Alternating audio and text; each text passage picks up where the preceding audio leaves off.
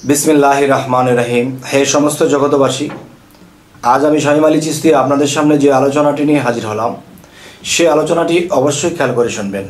आजकेर आलोचनाटी होबे जे मानुष कोन कोन खाबार खाइले सेई मानुषगुलोर मध्य जे अहंकार, निंदा, काम, क्रोध विभिन्न पापेर काजे लिप्त हय।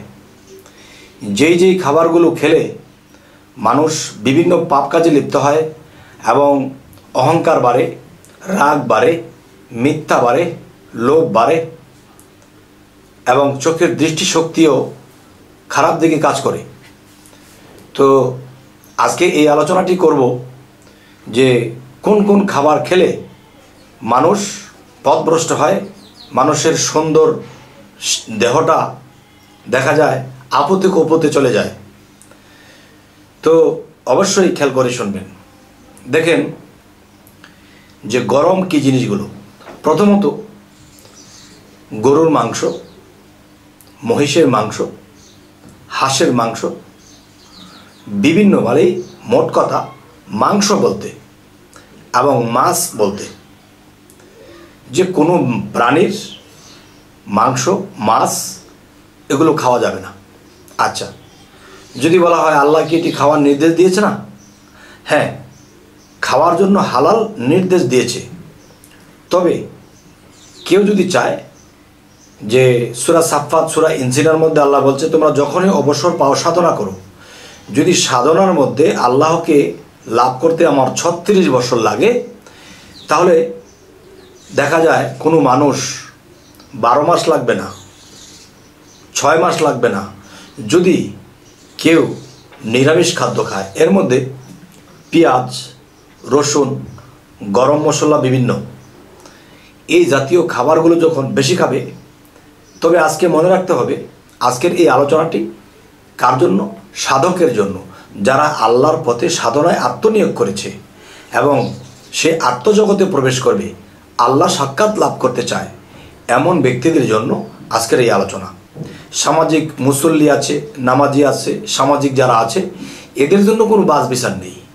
যে কোনো মাংস, যে কোনো মাছ, যে কোনোভাবে যে কোনো মশলা, যে কোনো খাবার খাচ্ছে, এদের কোনো নিষেধ নেই। কিন্তু কেউ যদি চায় যে আমার শরীরটাকে শীতল রাখবো, রাগ কমাবো, অহংকার কমাবো এবং বিভিন্ন খারাপ দৃষ্টিশক্তি থেকে আমি বিরত থাকবো, তাহলে সেই সব লোকেদের জন্য আজকের এই আলোচনা। দেখবেন পেঁয়াজ, রসুন জিনিসটা গরম জাতীয়। আচ্ছা, পেঁয়াজের মধ্যে এবং রসুনের মধ্যে একটা ভেদ আছে, সেই ভেদে যাব না। আচ্ছা, আরেকটা বিষয় হলো যে মাংস যখন মানুষ অতিরিক্ত বেশি খাবে তখন কি হবে? তার শরীরের মধ্যে উত্তাপ থাকবে, আর সেই উত্তাপে তার শরীরের ভেতরটা কেমন থাকবে? যে উচ্ছৃঙ্খল কাজ করবে, ফুট করে একজনকে কিছু বলে ফেলবে, হুট করে কোনো দিকে খারাপ দৃষ্টি করে ফেলেছে, হঠাৎ করে রাগ উঠে গেছে, আর কারোর প্রতি আপনার অহংকার জেগে গেছে, তখন দেখেন অহংকার কিন্তু পতনের মূল। এই অহংকার করার কারণে পৃথিবীতে অনেক মানুষ, এই অহংকার করার কারণে মানুষের আমল নষ্ট হয়, সাধনা নষ্ট হয়, সুন্দর মন নষ্ট হয়। এবং আরও একটি বিষয় হলো, হযরত ঈসা আলাইহিস সালাম একটি কথা বলেছেন, তিনি কিন্তু শ্রেষ্ঠ নবীদের মধ্যে তিনি একজন। তিনি একটা কথা বলেছেন, সেই কথাটি হলো কি, যে দেখো তোমার এই হাত আছে, এই হাত দ্বারা তুমি একটা পাপ করেছো, তো এই হাত দ্বারা পাপ করার থেকে তুমি হাতটা কেটে ফেলে দাও, তাহলে এই হাত দ্বারা তোমার পাপ হবে না। আর এই হাতের পাপের জন্য তোমার সর্ব অঙ্গ দোজকে জ্বলতে হবে। এক, তোমার চোখ দুটো দিয়ে কুদৃষ্টি করলে, তখন এই চোখ দ্বারা যখন আমার কোনো জেনা হবে, এই চোখ যখন আমাকে পাপ করাবে, তখন এই চোখের জন্য আমার সর্ব অঙ্গ দোজকে নিক্ষেপ করা হবে। যে আরও বলা হয়েছে যে কান দ্বারা আকথা কুকথা শুনেছ, এর জন্য তোমার পাপ হয়েছে, এই পাপের কারণে তুমি দোজকে নিক্ষেপ করা হবে। তো এই কানের জন্য যদি আমাকে দোজকে নিক্ষেপ করা হয়, তাহলে এই কান না রেখে কানকে বন্ধ করে দেওয়া বা কেটে ফেলে দেওয়া উচিত। এই কথাগুলো তিনি বলেছেন। আর হযরত মুহাম্মদ সাল্লাল্লাহু আলাইহি ওয়াসাল্লাম বলেছেন কি, তোমার হাত পা চোখ নাক কান সমস্ত কিছু থাকুক, কিন্তু তুমি আস্তে আস্তে শুধরিয়ে নাও, তুমি নিজেকে শোধন করে নাও। কিভাবে? দেখেন, আমরা যখন অতিরিক্ত মাছ মাংস মশলা বা বিভিন্ন এমন কিছু খাবার আছে যে খাবারগুলো খেলে আমাদের শরীর উত্তেজনা হয়, আমাদের শরীরের মন এমন একটা অবস্থা হয় যে লোভান্বিত মন হয়ে যায়, যেদিকে তাকায় লোভ সৃষ্টি হয়। নারীর দিকে তাকালে, বাড়ির দিকে তাকালে লোভ হয়, একটা বাড়ি করতে পারতাম, এই নারীটাকে পেতাম এবং এই খাবারটা খেতে পারতাম। তাহলে বিভিন্ন পাপ ভিতরে সেই উচ্ছৃঙ্খল সৃষ্টি হয়, সেখান থেকে এগুলো সৃষ্টি হয়। তখন কিন্তু এই সর্ব অঙ্গ আমার দোজখে নিক্ষেপ করে দিবেন আল্লাহ। তাই আমি বলতে চাই, হে জগতবাসী, হে সমস্ত জগতবাসী, যে আমরা যদি এই খাবারগুলো বেঁচে চলি, তবে আপনারা যারা মোল্লা মুন্সি আছেন, যারা মুসল্লি আছেন, তারা হয়তো আমার উপর একটু রাগ করতে পারবেন। সেটা কি, যে আল্লাহর নির্দেশ আমরা এটা খেতে পারবো। দেখেন, আল্লাহর নির্দেশ করেছে একটা জিনিস তো জানেন, খানা, মানে যে খাবারটা খায় মানুষ, এটার নাম খানা। খেতে বলেছে, নাও করেছে, কিন্তু সর্বসাধারণ তারা বোঝে না কাক। আর যারা আল্লাহর পথে সাধনায় নিজেকে আত্মনিয়োগ করেছে, তাদের জন্যই বলা হয়েছে তোমরা এটা খাও, ওটা খেয়ে না। আর এটা খেলে কি হবে আর ওটা খেলে কি হবে?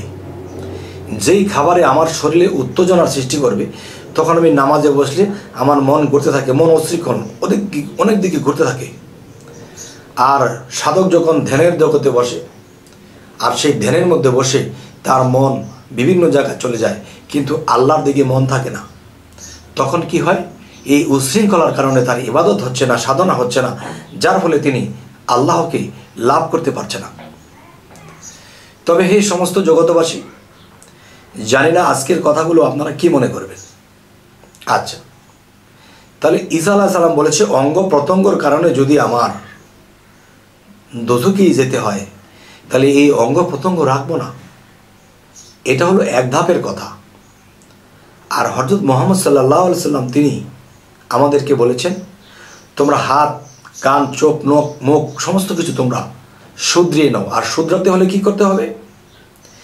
শুধরাতে হলে আমাদেরকে নিরামিষ জাতীয় খাবার খেতে হবে। যতদিন সাধনা করবেন ততদিন পর্যন্ত নিরামিষ খাদ্য আহার করবেন। আচ্ছা, তো এখন যারা আমাকে পেঁচ দেবে, তা আল্লাহর নির্দেশগুলো খেবো না, খাও, কিন্তু নিষেধ নেই। যেমন বলা হয়েছে, একটা রাস্তা দোজখের, আরেকটা রাস্তা বেহেশতের, আরেকটা রাস্তা আত্মার মুক্তির। এখন তিনও রাস্তা দিয়ে যাওয়ার হুকুম আছে। এখন আপনি কি দোজখের রাস্তা যাবেন, বেহেশতের রাস্তা যাবেন, মুক্তির রাস্তা যাবেন? কোন রাস্তা যাবেন আপনি? তিনও রাস্তা খোলা আছে, তিনও রাস্তায় যাওয়ার হুকুম আছে। এখন আপনার জ্ঞান মস্তিষ্ক খাটিয়ে আপনি নিজেই বলবেন, না বাবা, আমি বেহেশতের পথে যাব, আমি দোজখের পথে যাব না। ওটা তো ঠিকই বুঝেছেন। এই জন্য বলা হয়েছে খানা, খাইলে খাও, না খাইলে না খাও। তার মানে খানা, খা আবার না। তার মানে একদল এটা খাবে, আরেক দল না, এটা খাবে না। আচ্ছা, মানুষ ছোটবেলা থেকে খেতে খেতে 12 বছর 15 বছর 20 বছর তো অনেক খেল। এখন যখন মুর্শিদ ধরা হয়েছে, এখন মুর্শিদ যখন নিরামিষ খাদ্য খাবার অনুমতি দিয়েছে, তখন নিরামিষ খাবার খেলে আমি সাধনায় দ্রুত আগাতে পারবো, সাধনায় দ্রুত আমি আল্লাহকে লাভ করতে পারবো। আচ্ছা, তো আজকের এই আলোচনা আমাকে অবশ্যই কমেন্ট করবেন যে আপনাদের কি ভালো লাগলো না খারাপ লাগলো। যদি ভালো লাগে আলহামদুলিল্লাহ, আর যদি খারাপ লাগে তো আমাকে বলবেন, আমি আবার পরবর্তীতে বুঝিয়ে বলার চেষ্টা করব। তো আমাদের চ্যানেলটিকে সাবস্ক্রাইব করে নেবেন, পরবর্তীতে যেন ভালো আলোচনা দিতে পারি। তো সকলেই ভালো থাকবেন। আল্লাহ হাফিজ।